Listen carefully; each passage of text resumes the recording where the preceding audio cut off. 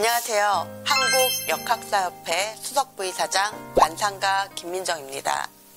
제가 오늘 들려드릴 얘기는 역사와 설화, 그리고 역사 속 인물의 관상과 얼굴에 관한 이야기를 하고자 합니다. 조선시대 사극을 볼 때 수양대군 단종이 등장하면 반드시 나타나는 인물이 꼭 한 명 있습니다. 책사로 표현되는 조선왕조실록에 2300여 회나 이름이 등장할 정도로 세간의 주목을 오래도록 받았던 인물인데요. 출삭동이로 태어나 권력의 최정상에 섰던 바로 한명회입니다. 한명회는 모친 여주희 씨가 수태한 지 7개월 만에 태어났다 해서 칠삭동이라는 별명을 얻게 되었습니다. 조선 후기 학자 이공익의 연려실 기술에 따르면 그는 잉태 7개월 만에 사지가 덜 자란 상태에서 어머니 뱃속을 빠져나왔다라고 합니다. 조선 후기에 편찬된 위인전인 명신록에서는 태어난 지 몇 해 만에 형체가 갖추어졌다고 했습니다. 출생 당시에는 사람의 형체를 제대로 갖추지 못했다는 것입니다. 신생아의 모습을 보고 놀란 집안 사람들은 아이를 버리라 했지만 다행히 유모가 솜으로 아이를 싸서 밀실에 숨겨두어 양육했습니다. 시간이 지나 형체가 이루어지며 골격이 크고 뛰어나게 좋아졌으며 배에 검은 점이 나타났다 합니다. 배 위에 난 점은 태성과 두성을 닮았다 하며 태성은 천자를 상징하고 두성은 북두칠성으로 장수를 주관하는 별로 믿어졌습니다. 관상서 신상전편에서는 흑자, 검은 점을 이렇게 풀이하고 있습니다. 흑자는 산에 나무와 숲이 생기고 땅에 흙거미가 쌓이는 것과 같다. 산의 토질이 좋으면 좋은 나무가 생기고 그렇지 않으면 흉한 언덕이 생겨나 더러움을 나타낸다. 사람도 귀하면 흑자가 생기지만 그 흑자는 우리 눈으로 직접 볼 수 없어야만 흉하지 않고 천하지 않다. 관상학에서는 얼굴에 있는 점은 이로운 점이 거의 없고 몸에 있는 점은 해로운 점이 거의 없다라고 풀이하고 있습니다. 한명회는 일찍 부모를 여의어 가난했기에 자신의 힘만으로는 모진 세파를 헤쳐나가기 어려운 처지에 내몰리게 되었습니다.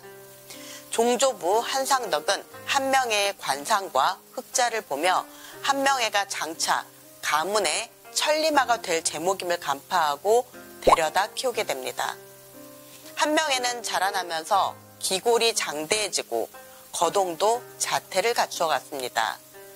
조선 전기학자 서거정은 한명회가 얼굴이 잘생기고 체구가 커서 바라보면 우뚝하여 눈에 띄었다고 묘사했으며 연려실 기술에 따르면 꼬마 한명회는 골격이 특이하게 뛰어났으며 귀티를 풍겼다고 하였습니다.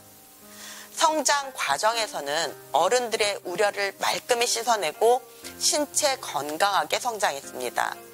영화 관상에서 묘사된 볼품없는 모습과 목이 꺾인 듯한 외형은 음흉한 책사라는 이미지에서 만들어진 모습입니다. 유년 시절 한명회는 류태제의 문화생이 되어 글공부를 성취한 바 있었으나 번번이 과거에 실패해 불우한 청년기를 보내다 재상 황보인이 한명회의 관상을 보고는 큰 인물이 될 것을 예견하고 딸을 그에게 시집 보내려고 했지만 그는 거절했다고 합니다.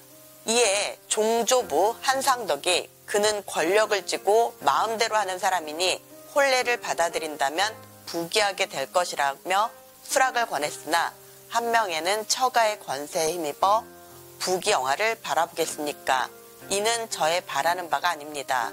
라며 거절했다고 합니다. 그 뒤 종조부가 별세하자 중추원사 민대생이 그를 거두어 사유로 삼았습니다. 자녀 1남 4녀가 태어났는데 이 중 셋째 딸이 예종비 장순왕후와 넷째 딸인 성종비 공해왕후입니다. 과거에 거듭 낙방했던 한명회의 첫 관직은 문종 2년 38세의 늦은 나이에 과거를 거치지 않고 관리로 임명되어 개성의 경덕궁 문직이었습니다.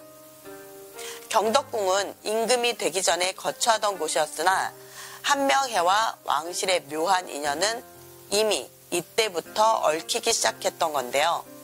한명회는 경덕궁지기로 있을 때 개성 관원들이 맺은 모임에 참여하고자 했지만 박대당한 적이 있었습니다. 나중에 그가 권세를 누리게 되자 개원들은 때늦은 후회를 했고 이 일로 인해 사람들은 하잘것없는 세력을 끼고 남을 멸시하는 자를 송도개원이라며 조롱하고 놀렸다고 합니다. 지금도 하찮은 권력으로 시건방진 사람들을 비유하는 고사성어로 쓰이고 있습니다. 세종의 아들 문종은 30년간 세자로서 아버지를 보필했지만 몸이 유독 허약하다 보니 본인이 오래 살 수 없다는 사실을 알고 있었기 때문에 자신의 아들인 어린 단종에 대한 걱정이 많았습니다. 실제로 문종은 왕에 오른 지 2년 만에 세상을 떠납니다. 그래서 문종 아들 단종은 12살에 왕위에 오릅니다.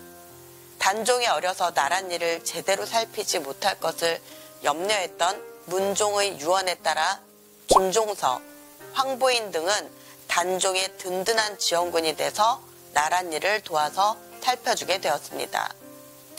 그러다 보니 왕권은 약해지고 신하들의 권력이 강해지기 시작했습니다. 특히 세종의 둘째 아들인 수양대군은 이러한 분위기를 탐탁치 않게 여겼는데요. 태조 이성계를 닮아 무예를 좋아했던 수양대군이 봤을 때는 실질적 권력을 행사하고 있는 대신들이 너무나도 싫었던 것입니다.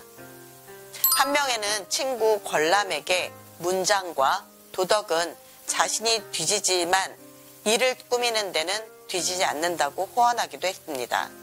권람은 이런 한명회의 자질을 믿고 그를 수양대군에게 소개했습니다. 문종 1년에 권람이 수양대군을 도와 병서 편찬 작업에 참여했는데 1년 뒤 단종 즉위년에 한명회를 수양대군의 책사로 알선하게 됩니다. 일찍이 한명회가 수양대군을 새로운 임금감으로 지목하고 속내를 드러낸 적이 있었는데 이 사실을 알고 있던 권람이 한명회를 추천했던 겁니다.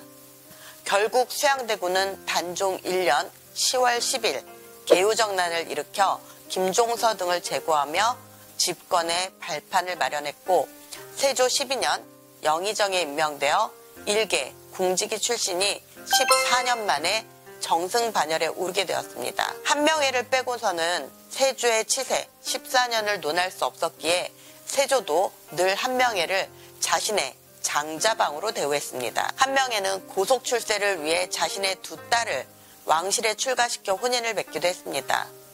예종과 성종에게까지 딸을 혼사시킴으로써 당대의 최고의 권력을 누렸습니다. 그러나 성종대에 와서는 뇌물 수수 혐의로 박탈관직되었으며 이후 복귀하였다가 자신의 정자인 압구정에서 명나라 사신들을 접대한 일로 탄핵되어 모든 관직에서 박탈되어 73세로 사망하였습니다. 임종 직전 성종에게 남긴 유언에서 처음에는 부지런하고 나중에는 게으른 것이 사람의 상정이니 원컨대 나중을 삼가기를 처음으로 하소서였습니다. 연산군대에는 그의 무덤이 파내어지고 시신이 찢기는 부관참시를 당했는데요. 한명회는 연산군의 어머니였던 윤씨의 폐위에 가담하였다는 이유로 매장된 지 이미 오래됐으나 시신을 다시 꺼내 목을 베는 부관참시를 당하였습니다. 한때 조선의 최고 권력자였던 그의 비참한 말로를 보여주는 상징적인 사건이었습니다.